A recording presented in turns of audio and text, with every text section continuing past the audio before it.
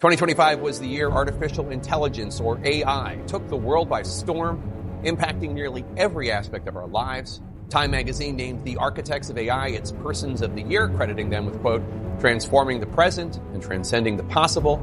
AI has an enormous potential to change our world for the better, driving innovation and productivity, accelerating scientific breakthroughs, and helping to solve our most intractable problems. But... Hold on, does she hate AI? I'm just curious. She likes AI. AI could also make millions of jobs obsolete. AI is the 3D printer of social media. And fuel the loneliness epidemic. AI is not known best for its strengths at all. Do you, sir or ma'am, like AI? Me neither. Something that God has disrupted before. Today, we are building a new tower with the same ambition, only this time it's made of artificial intelligence. Because we know they are not equal. And further warp our ability to distinguish between fact and fiction.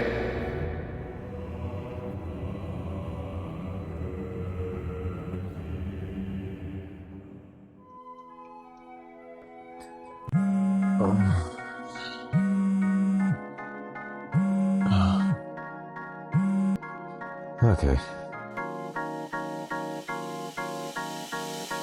You know, I bet that most of us are tired of this. Tired of seeing AI in, well, anything. And no, my hair did not get shorter, you're imagining things. I do also have to say thank you for watching this video. I'm actually recording the intro to the video last. So that's fun. I'm also recording this on my birthday, so I'm an adult now. So why am I making this video? Well, it's for my senior project. So what else did I do for senior project? Well, other than this video, I also hosted a school art fair for the grades 4 through 12, and I actually won first place. Hi, Editor Blaze here. I was not a judge, so it was fair, and yeah, back to what we were talking. But you might also be wondering, why do I care about this? I think it's more of a question of why would I not care?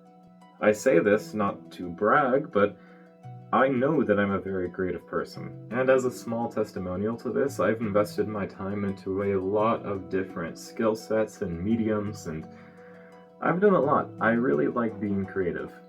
I'm very passionate about these kind of things. So with that being said, let me take you outside to tell you how it works. Hi, welcome to the great outdoors. My backyard. But basically, I'm going to tell you how AI works. But before I talk about how AI works, I want to discuss how or what art is. So, the definition of art is the expression or application of human creative skill and imagination, typically in a visual form such as painting or sculpture, producing works to be appreciated primarily for their beauty or emotional power. And no, I don't want to rant about contemporary art in this. So, with that out of the way, a super simplified idea of how generative AI works is that it will take a bunch of outward sources of media and then curate that into a database so it can learn from that and thus be prompted to make something from a human's prompt. And that's just the simplified version. But to understand it more, maybe we should talk about the history.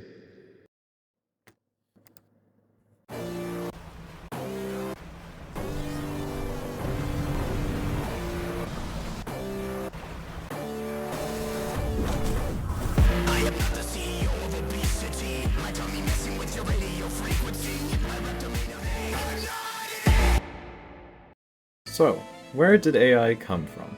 Artificial intelligence, as discussed before, collects a database of outward sources of media, whether it be articles, music, etc. It curates these things into a sort of visual binary language through predictable algorithms for the LLM, language learning model, or AI, to understand. Despite AI becoming a buzzword in the past few years, it's not anything new in relation to the, well, past 50 years. It all started with Arthur Samuel in 1952. The machine was simply designed to play checkers, but he also coined the phrase machine learning. Then in 1955, the first machine capable of creating a neural network called the perceptron I'm so sorry, it's Perceptron. Why is it actually just a transformer? However, its development was left behind because it became too expensive to continue working on. But it picked up speed again in the 60s and 70s through repetitive testing to increase its accuracy. These tests were conducted through facial recognition as a main source of testing. Then in the 1980s, John Hopfield had discovered a new kind of neural network called the Hopfield net. Very creative name. The Hopfield net was different from other past programs because it worked more like the human mind in comparison to other systems. However, in the 80s, development had significantly slowed, which left a negative view of machine learning systems to the frustration of failed promises of artificial intelligence. Then in the 90s, funding for artificial intelligence started to come back in. The focus on artificial intelligence during this time was more inspired through the gaming industry, which really picked up on GPUs, graphics cards, and CPUs. All things that you're currently using by watching this video. But then in the 2000s it kind of went dark in a way, because at this time corporations put their focus on more fine-tuning what they were working on and rather than actually publishing anything. But leading into the 2010s, things like Siri debuted with the iPhone 4S. Finally, in 2022, OpenAI kind of released their very own Pandora's box, bringing ChatGPT to the world. ChatGPT is a language learning model, of which practically pioneered other companies of which can now generate text, curate research, and, most controversially, generate images and videos. But that's just to name a few. Now in 2026, artificial intelligence is more advanced than it ever has been. But its advancements is one of the largest reasons for its controversy. So we'll be getting to that now.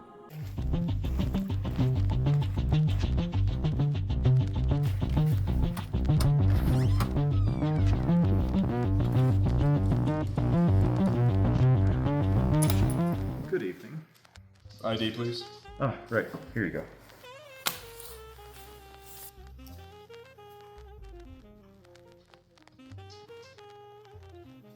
Everything looks in order, sir. What can I get for you, sir? I'd like your strongest, please. Are you positive about that? Yeah, of course.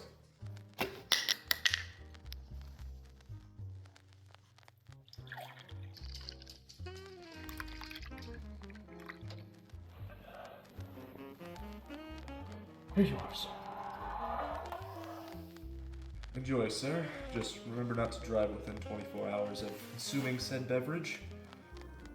I'm not only positive about what I'm currently drinking, because not everything to do with artificial intelligence is bad. So, here are some positives from it. It has some pretty good medical potential for the future. For example, it has been used to predict if a patient is likely to be afflicted with cancer. That's amazing, and if something like that keeps improving, that would be a really good outcome of generative AI. It can also be a super helpful learning tool for artists, researchers, and basically anybody, if done accurately, especially if the AI gives you citations where it got its information from. It could also increase productivity if done in tandem with a human driving it. It's also usually fairly good at organizing things like spreadsheets, for example. I will say though, from what I've looked into, that there are more glaring negatives than there are positives. However, I would not be opposed at all if these positives improved. But on the other hand, most of these positives come from working in tandem only with a human involved. Yeah, it reminds me of my experience with AI. You see, from game development and all that sort of stuff, AI has been either A, a very useful tool, or B, the worst thing to ever happen to mankind. It's either pouring salt in a wound or getting a nice tourniquet on it, you know? In terms of my experience, the AI is either super helpful, helping me come up with ideas of how to code things in my game, speeding things up, keeping my scripts, nice and organized, or it does the same sort of fix 30 times in a row, doesn't understand what I'm saying, and I have to go do it manually myself.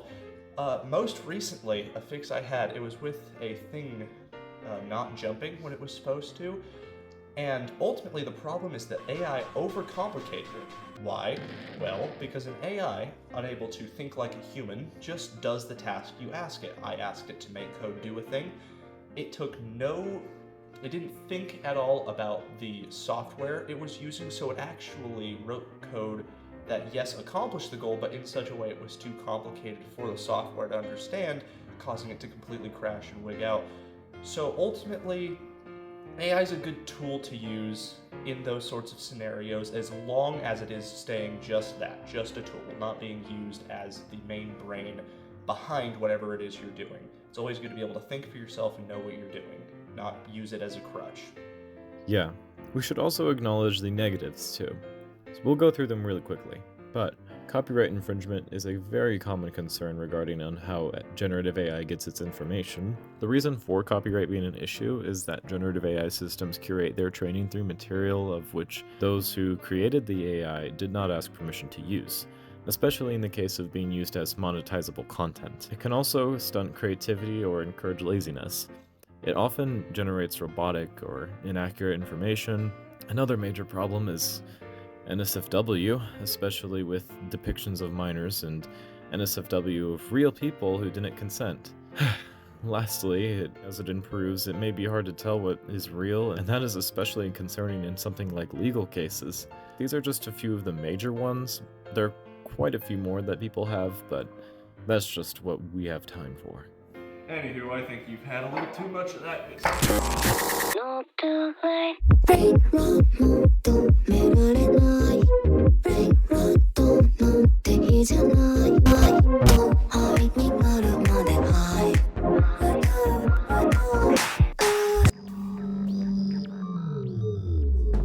Overall, I think the general idea of AI is very helpful and looks good on paper, because I think in the future we will have things like AI robots that would help us in our everyday lives. Hopefully they don't go sentient and enslave us all or evaporate the entire ocean. However, as we've seen how it actually is, yeah, there are some good stuff that came out of it, but insanely horrible things as well. Specifically generative AI, because it's becoming near indistinguishable and things can be easily faked more than ever. First, it was a really obvious AI generated video of Will Smith eating spaghetti. Not gonna lie, that was very funny. But now every time I see a video of an animal doing something cool on Instagram, I gotta look at the comments to see if it was AI. Though in a perfect world, these AI tools would have been made by studios making them from their own content, and I wish this was the case. It's getting to the point that it's near impossible to actually tell that an image or video is made by AI or not, and I feel like with this, people are gonna start to leave the internet and go back to the real world. You know, it's like a cycle. Before the pandemic, more people went outside, but then COVID struck, and people now became chronically online, me included, but now we're probably cycling back with this. Generative AI definitely took a toll on the content space and people making AI slop channels, but there are also tools like background removers and tracking that help us creators quickly move on to the more exciting stuff, like actually experimenting to create something new. I know people might be asking, if we're doing all of that, why not just get AI to do everything for you? I think it stems from us knowing how to do something the way that we want it to end up. Is similar to raising a child. Yes, the end product may have its faults, but we appreciate them because we've been through with it through the whole journey, and we're always seeking to improve for the next one. It's very fulfilling, and you wouldn't get that if you mostly rely on AI to do all the content creating for you. Honestly, for YouTubers like me, I don't think we should be that scared. We make content based on us and our own interests. We get an audience that is similar to us, and we have that passion and connection to the things we make, and people can clearly see that. It's still scary though, because the more people and corporations normalize this, the more people will just accept it. Like, have you seen the Coca-Cola AI ads?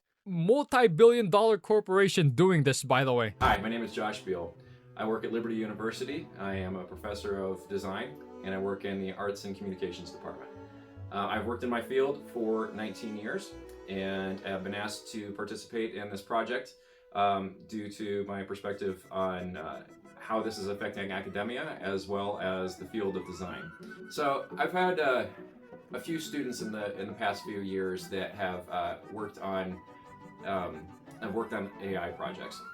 And some have been declared and some have not. And it's been an interesting journey.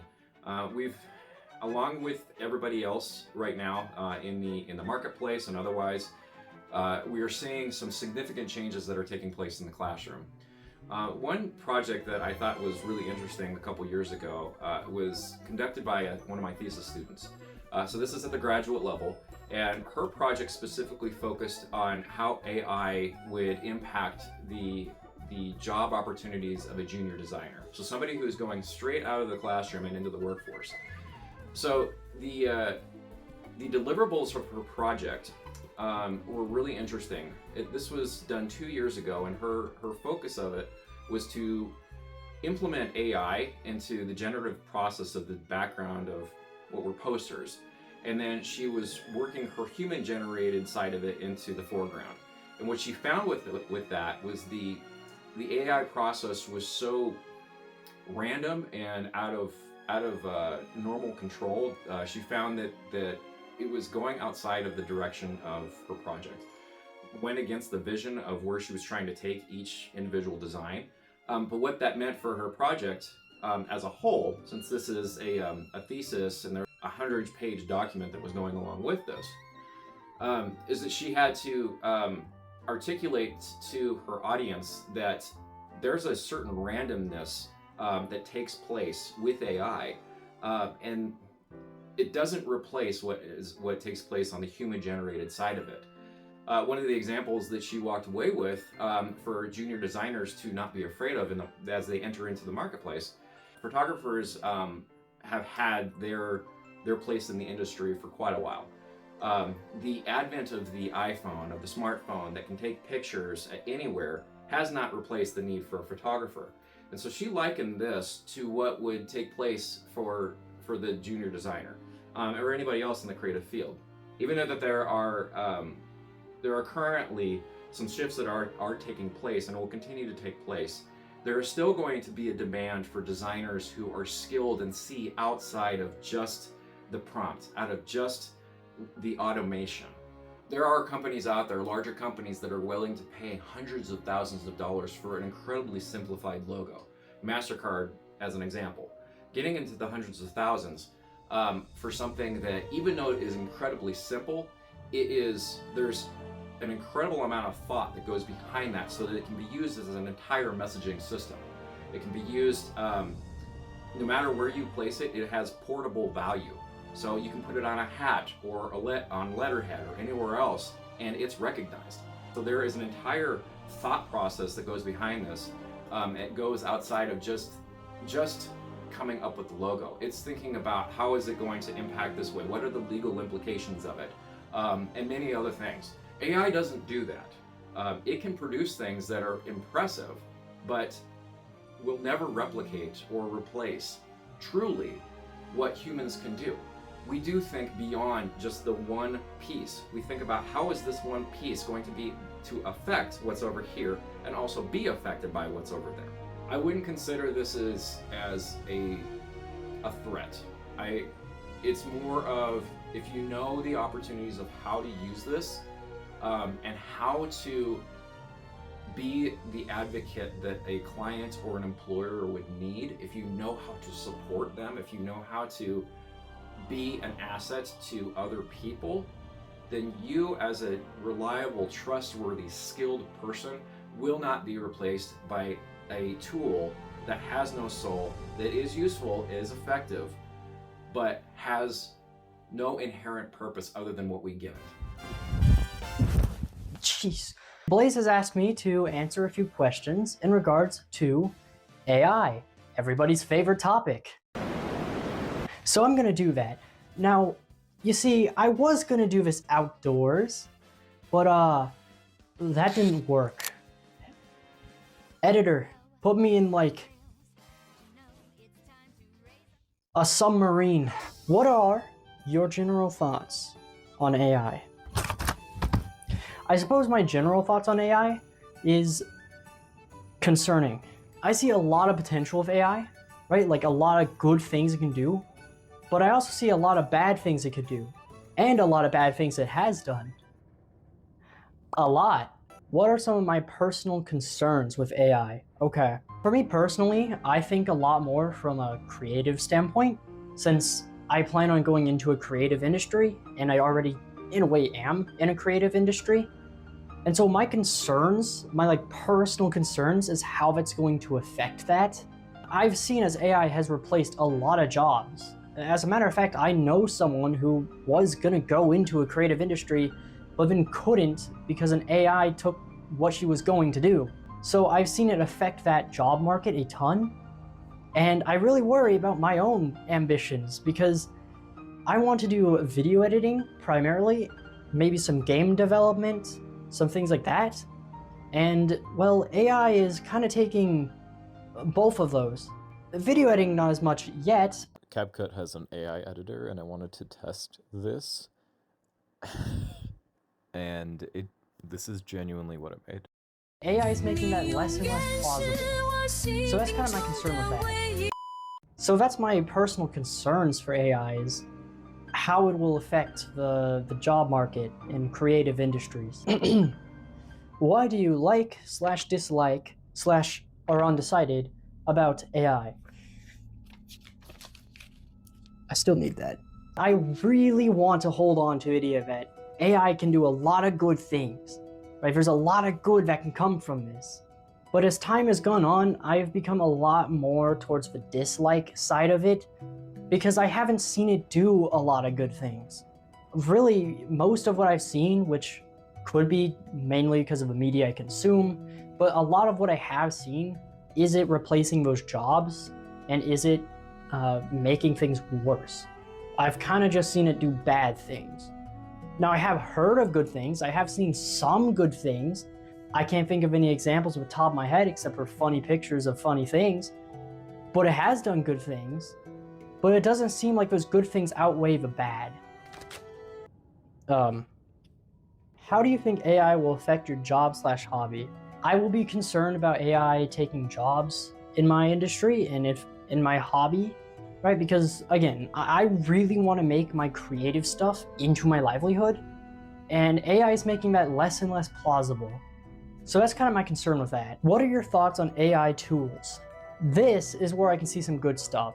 So AI tools, there's some good. For example, background removers. There's a lot of background removers that use AI to do it, and that's awesome, right? Like having an image that has a background in it and being able to remove the background is amazing. And that speeds up the creative process. That enhances the creative process instead of, well, replacing it. But other AI tools like generative images and that kind of thing, while I can see those being good for references, they're being used for more than just references and are taking things. So I'm kind of undecided with AI tools. I see both the good and the bad, and I don't really know how they weigh out. I don't know if there's more good than bad or more bad than good or where exactly put it on. So I'm kind of mixed on that. So my final thoughts are hopeful, but uncertain. Okay, I gotta go drain an ocean now, so... Excuse me, could I sit here, please?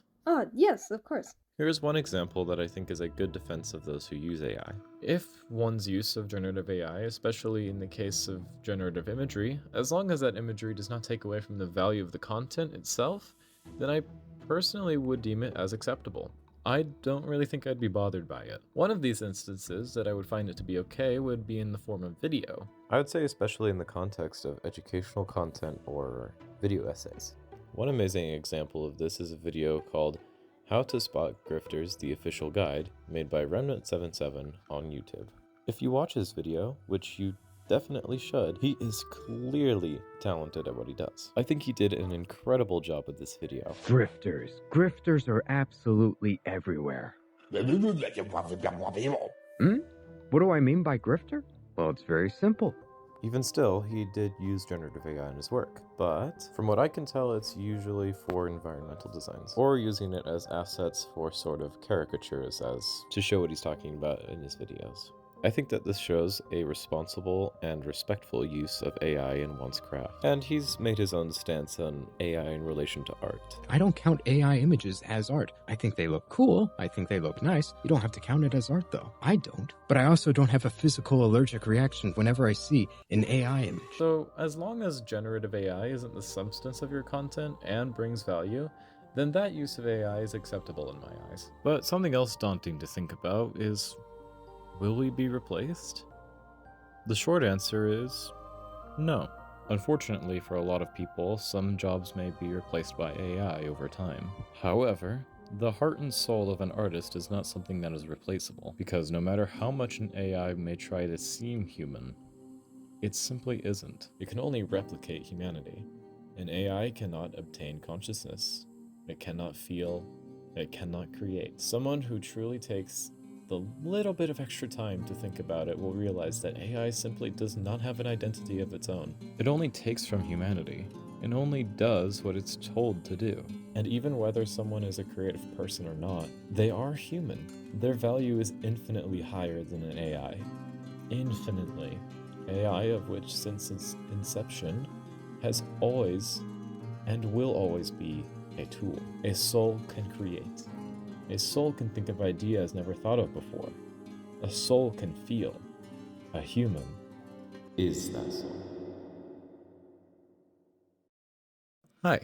In conclusion, based on what I've currently learned, I believe that art is creation and AI is curation. AI generation is not human talent or creativity if it's just done on its own.